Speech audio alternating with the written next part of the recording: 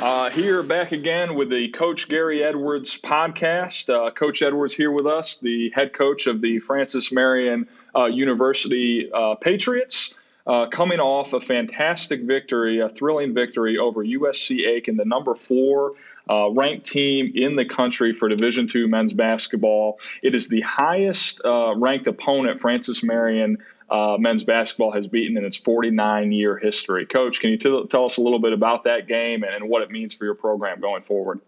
I can't tell you how excited I am over that. I'm about to wet my britches right now about it. That coupled with my first podcast. This is my first podcast.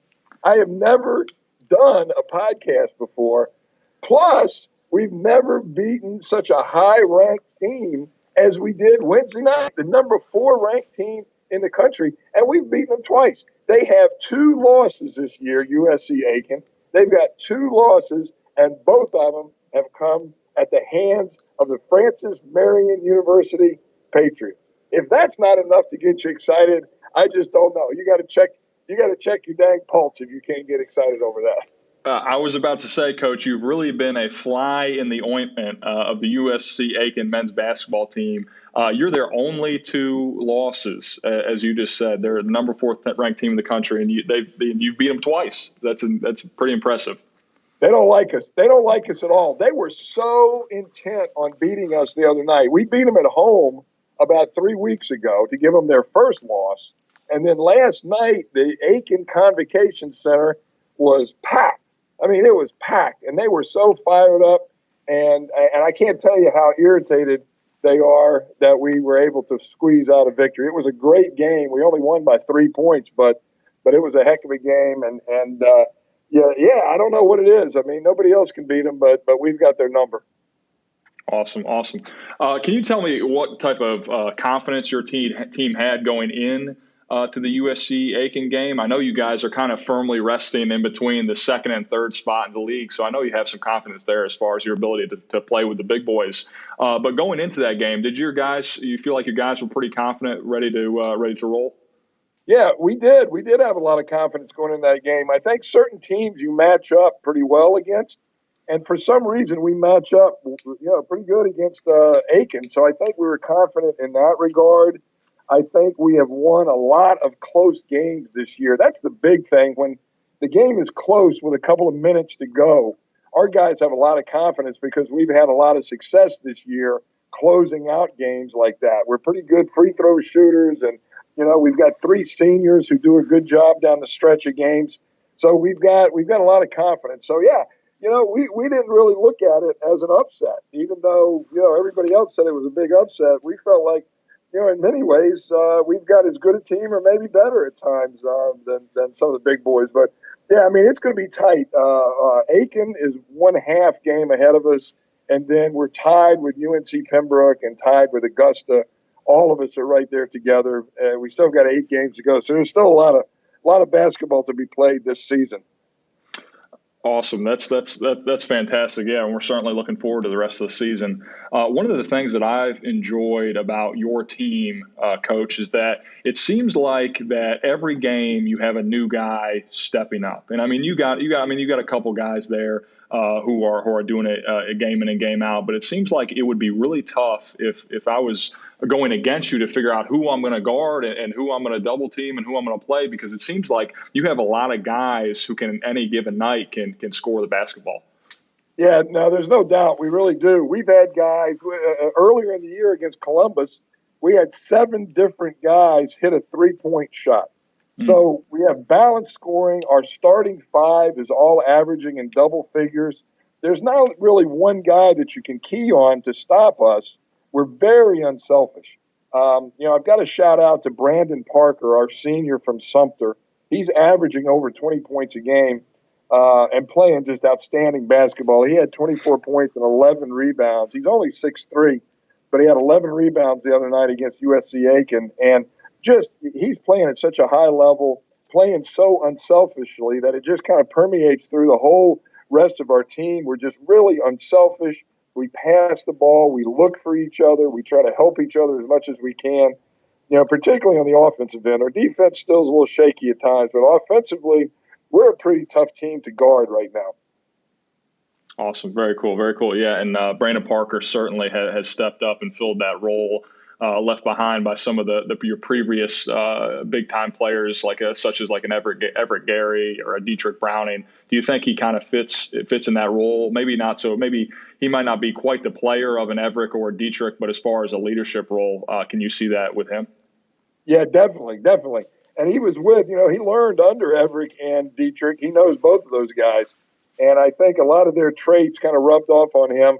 I admire Brandon as much as any player I've ever had in that he has really worked his way into becoming an elite player. He was a walk-on as a freshman. Nobody recruited him out of Sumter High School at all. He walked on here, didn't play at all his first year, but between his freshman and his sophomore year just got so much better, became so much better shooter, where he is one of the premier players in Division II basketball now. And so I just admire everything that he's done. I admire the way he conducts himself. I really admire how unselfish he is, and he's just been a tremendous leader for this team, and that's why we're doing so well this year. Very cool. Very cool. Well, Coach, we're going to try to shift gears here a little bit. It's kind of a big moment coming up for you here this Saturday, as this will be your 1,000th game as a head coach. Can you explain a little bit about what this journey has been like and what 1,000 games under your belt will mean to you? I wish you could see the video of me right here and how good a 95-year-old coach looks. Because I've been coaching for like 80 years to get that many games in, but that's not really true. I got an early start. I was 26 years old when I got my first head coaching job in North Carolina, and I've been going ever since. I coached at Barton College. At that time, it was Atlantic Christian College. But I coached at Barton College, and then I coached at Charleston Southern, coached at Indiana University of Pennsylvania, and now here I'm at Francis Marion. And I just have really been blessed to be able to make a profession out of something that I've loved, and to negotiate the minefields that come with coaching. Coaching is not an easy profession, and I've been able to negotiate the profession pretty well through the years, and have been really blessed and really lucky, and had great players and great assistant coaches. 1,000 games, a lot of games, but I've been doing this for 35 years now. And it's been great. And so I'm really looking forward to the 1,000th game. I'll love it if we can win it. And, I still think I've got a few more under my belt. Absolutely, Coach. And we hope that for you as well. What can you say because I'm sure there's young coaches out there or people who have maybe consider being coached in the very near future. What can you do? Is there any advice you could give them? And I'm sure there's a ton you can give them, but just off the top of your head, is there anything you might share with some young coaches about, getting to this point in their career and being a successful head coach? Yeah, I think early on you've got to decide what level you want to coach at. And I think every player wants to go Division I. Most coaches want to go Division I. If that's your aspiration, then that's what you need to do. You need to get your start at that level. You need to go and get Frank Martin's coffee at South Carolina, or Brad Brownell, open his mail for him, or do whatever you can do to get in those programs if that's the level that you want to coach. Now, there are a lot of great levels of coaching. Division II, where we are here at Francis Marion, that's a great level. If you want to go there, then get started there. Try to help somebody out as an assistant or as a graduate assistant or whatever. Division III, that's where I played, and that's where I got my start at Virginia Wesleyan. That's a great level. Go to those schools, and if you're a player, play at that level. Try to get an assistant's job at that level. Try to get a graduate assistant's job at that level, and then you can just build your way from there. So I mean, it just depends on kind of where you want to go and what you want to do. I was fortunate enough to get a team of my own. A lot of guys have to be an assistant for many years. You got to pay your dues for many years and be an assistant. I was lucky enough to get my own team at a pretty young age, and that's why I've got so many games under my belt right now. And still have sense enough to talk to you. I am drooling right now. People can't see me, but I still have sense enough to carry on a conversation. Although I'm not sure who I'm talking to. Have we met, young man? Do I know? Do I I know don't, you? Or I don't know if we've met in person, but we need to arrange that for sure, for sure. okay, you sound like a wonderful person. The last question I have for you, Coach, and then we'll get you out of here because I know you're busy preparing for the game this Saturday at home, right at 3:30. Is that correct? Yes, 3:30, Clayton Gotcha. State. They're a heck of a team. We beat them earlier, but it's going to be a tough game. Gotcha. I just wanted to let our readers know that Gary Edwards is also you were a English major in college. Is that correct? Darn right. Yes, Yeah, sir. yeah. I am an English major. Yes, sir. And you've put together a collection of your columns from your 30, what is it, at least 30 plus years of coaching together in a book series, have you not? Yes, yes, yes. Awesome. I have four. We've got four editions, and you can get them on Amazon. It's the columns of Coach Gary Edwards. Some are funny, some are about the NCAA, some are about coaching. Yeah, I've done those weekly columns, and I still do for the Florence Morning News here in Florence, South Carolina. I still do a weekly column, but yeah, we've accumulated those columns, compiled them, and you can get them on Amazon if anybody's interested.